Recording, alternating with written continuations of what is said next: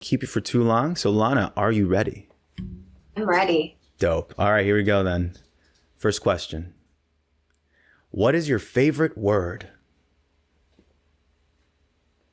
My favorite word is favorite word.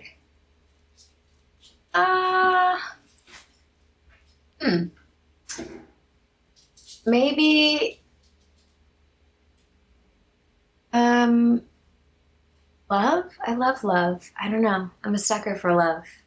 I love telling my friends I love them. My husband, my family. I love talking about things I love. I love love. Dig it. Dig it. Well, that's wonderful. I think we should tell our friends we love them more. I love you, Lana. Thank you for being here with me.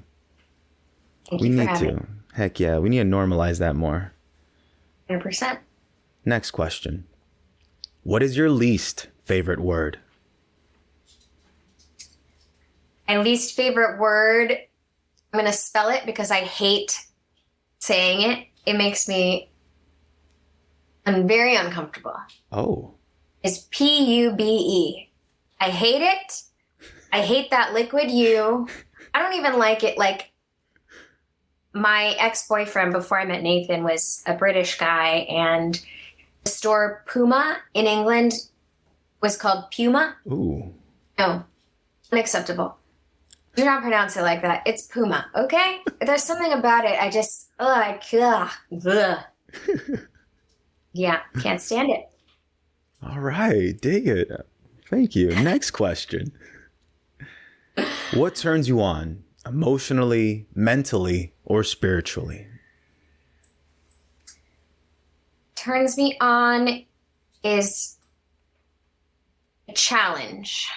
I love coming across something that either I think maybe I can't do or would be really difficult, and then doing it. I find such joy and satisfaction in that. So yeah, I'm very, and even in friendships and romantic relationships, I've always been very attracted to people who challenge me with humor or with ideas. I love that like flirtatious sparring that you have when you first find someone who's like a good match for you. Love it. There's nothing like that. Dig it. Right on. Next question. What turns you off emotionally, spiritually, or mentally? People who are mean turn me off immediately. I feel like there's a tendency in modern society to be mean and to be sarcastic. And I love sarcasm. I think it can be very funny, and not at the expense of another person. I do not like when people tear others down. I don't get any joy out of that. I don't like mean people. I never have. If somebody is mean to someone and I see it, I'm instantly like, well, that person's not going to be in my life. I hate it. Right on. Thank you. Next question. What sound or noise do you love? I love laughter. Laughter is so contagious, and I love the sound of people laughing. Blooper reels make me laugh. Just pure joy, and when people aren't holding back, those real guttural laughs are, I think, my favorite sound. Nice. Right on. Next question. What sound or noise do you hate? Whistling. I cannot stand it. It pierces my brain. Oh. Ooh. I don't know. It's interesting because it's not something I grew up hating, but in the last maybe 10 years or so, I'd say I can't handle it. There's certain songs where if it's like mixed and mastered enough and put into the background, it's fine. But if someone's in a car next to me and they start whistling, I feel like someone's stabbing me with an ice pick. It's very visceral. I don't know why. I know some people have misophonia, like with chewing. I don't have that, but this is my version of that. It really hurts me, and I don't know why. It's bizarre, but it's true. Do any other kinds of tones that are similar to whistling hit you the same way, or is it only specifically whistling? It's specifically whistling, and one of my favorite sounds is Mariah Carey singing whistle tones. Oh. But it's different. It's not the right frequency. There's something about whistling, and I know that my dad, when I was growing up, he would hate whistling too. So I don't know if it's a genetic thing, because I didn't hate it until, like I said, like 10 years ago. It just one day just started hurting me physically. So I don't know why. Maybe it's a gene you got from your dad, and it just awoke. It's awake. It must be, because I don't know anyone else who has it. I'm sure other people do, but I've just not met anyone. And I feel sad because, there are plenty of people in my life who love to whistle. And I'm like, I'm not going to tell them to stop. So I just sit there like twitching. No. Or I'll try to be subtle. Like if I'm in a car with someone who's whistling, sometimes I'll just be like putting, like resting my ear against my hand and looking up, or I'll like open the window a little bit and just pretend like, wow, look at these beautiful trees. But really I'm like, please stop this. Hey, stop whistling. Look at these trees real quick. It's beautiful. Don't worry, but just look. Stop. Shh, shh, shh. Let's take in the silence. Silence is so beautiful. All right, noted. Don't whistle next to Lana. No, that's what I mean. I don't want to take away anyone else's joy. It's totally a me thing, but it is what it is. So interesting. Dig it. Thank you. All right. All right. This is a good one. Next question. What is your favorite curse word? Fuck. Love a good fuck. Love the word fuck. Oh no. There it is. I stand by it. If we have any captions for this, I'll just put fuck in quotations. Love a good the word fuck. Fuck. Yeah. There's just nothing like it. That it's the F and the CK. You can just hit them so hard. It's like it can be joyful. It can be angry. It can be anything in between. It's a perfect word. See, we don't have to use the R word. We got so many other great words. Oh, there's so many. Yeah. Namely that one. But yeah, there's many more. Dig it. All right. Next question.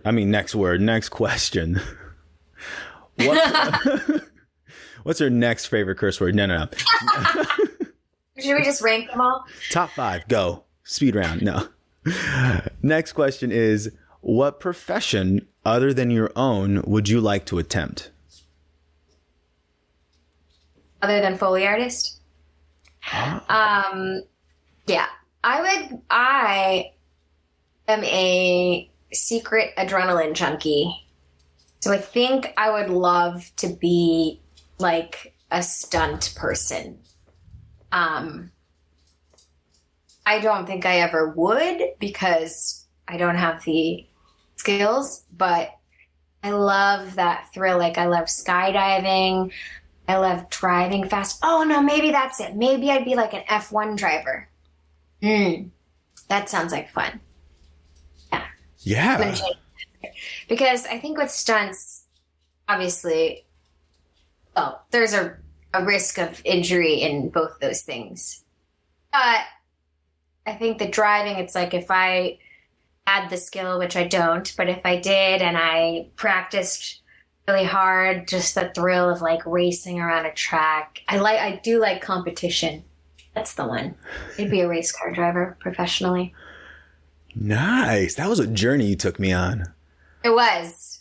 I know. You started off as Foley artist, and then you just like went off and you're like, you know what? Nah, I'm going to be a race car driver. Yeah, because I realized halfway through that I feel like stunt people get injured so frequently. Even I mean, they're all so great, but like even the best of the best still can get like severely injured. I know you can also die in a car crash, so I recognize that there's, there are risks to both. But yeah, I got excited when I thought about driving cars, so that's why I changed my answer. Nice. Follow your gut. I like it. I like it. All right. Next question. What profession would you not like to do? Would not like to do telemarketing. In college at UCLA, I worked in the telefundraising building, which was not telemarketing. It was calling alumni and asking for donations to the school. So you weren't selling anything, but you were like, hi, I'm Lana. I'm a student here at UCLA. I wanted to see if you would be in a position to make a contribution to give back to the school that made you. And you'd start with the top, I think the top level at that time was like $2,500. And it was like Chancellor's Circle or something. It was called something like that. And for a $2,500 donation, you'd get like parking stuff, seating for events, games, access to the gym, like all kinds of things. But you'd also be making a huge difference in a lot of people's lives. Here's where the money would go. And then if they were like, absolutely not, then you were told to go to the next one, which is $1,000. And you say, okay, great. I totally get it. $2,500 is a lot of money, but for $1,000, you can still make a huge difference. And here's what that would get you. And then they're like, no, I'm not giving you $1,000. And you'd go, I get it. I know that's so much money, but $500 would make it. And, you were trained to have answers to anything that people said as far as reasons for why they don't want to give you money. But it was a fun job initially. And then there came a point where I just started to feel very sad because people would start telling me, like there was a guy I talked to who said, I usually donate every year, but my wife passed away from cancer this year and we just don't have the fun. I'm just trying to figure my life out. And I just was like crying. I'm like, I'm so sorry to bother you. I'm so sorry for your loss. And I, at the time you, I don't know how it is now, but you weren't allowed to just say this person said no, because, there's a whole system. You had to get a manager on the phone to confirm that the person said no. This was so that people didn't just go, no, they said no, they said no, they said no. It was like they had to confirm, and then they would, if you wanted to be taken off the list, they would take you off the list. But the manager had to do that. So anyway, I said, if you want to be taken off the list, I have to have a manager do it. Is that something you'd want? And he's like, no, you can just take me off the list. And I was like, I'm so sorry. I don't have the authority to do that, but I don't want to bother you. I know you're going through stuff. Let me just transfer you to him. He'll be right here. And he goes, drop dead. I was like, and then he hung up. And at the same time, I was like very sad and hurt because I'm like, I understand you're going through a lot and I want to help you. But I also have such compassion for him. Like he, I think, thought I was still trying to upsell him or something by being like, let me get my manager on the phone to talk some sense into you. I think that's what he thought was happening. So anyway, after that happened, I was like, I don't like this. I don't like how this feels. There are definitely people who are so good at it and who can do it without like feeling bad, but I'm not one of those people. I'm definitely far too sensitive for that. So at a certain point, I quit. Anyway, that was my 500-hour answer to what job I don't want. I don't want to do telemarketing because it would be that kind of feeling, but without the, well, at least I'm raising money for my school element. It would just be people who hate you and hang up on you and yell at you. Ugh. And like, yeah, woof. That guy was just going through it. You called him on a bad time. Jeez. Yeah, and of course, like I wanted nothing more than to say we will never bother you again. But I couldn't, I didn't have I couldn't hit the code to like take him off the list. Ugh, Look, tough. Bob, I'm not trying to sell you stuff. I'm sorry for your loss. I just need my manager here to confirm that you don't want to be here, and then I'll leave you. Please, Bob. Exactly. That's word for word what I said, but Bob was not happy. I understand. It's very shitty to have to go through something like that. Shout out, Bob. This is for you, buddy. Hope you're doing better today. Do you want to donate? No, I'm just kidding. Don't. I had to try one more. Just in case for you, you know? You never know. You'd still be up for it. You froze for a second there, so I thought you were just flabbergasted by what I just said. You were just like... We'll go with that. I was shocked. All right, dig it. Well, final question. If heaven exists, what would you like to hear God say as you enter the pearly gates? I would want God to say, everybody's here. Because if there is an afterlife, I'm very excited by the prospect of reconnecting with certain people. Beautiful. All right. Just got emo. I have tears in my eyes. No, that's beautiful. Yeah, I'd like to see my dad again. I didn't want to ask when he passed away, but I was wondering, you know, like when you brought him up, and see, that's why you don't like whistling. He's still with you. He's like, doesn't whistling suck, Yeah. Lana? I told you it sucks. He's haunting me that in one specific way.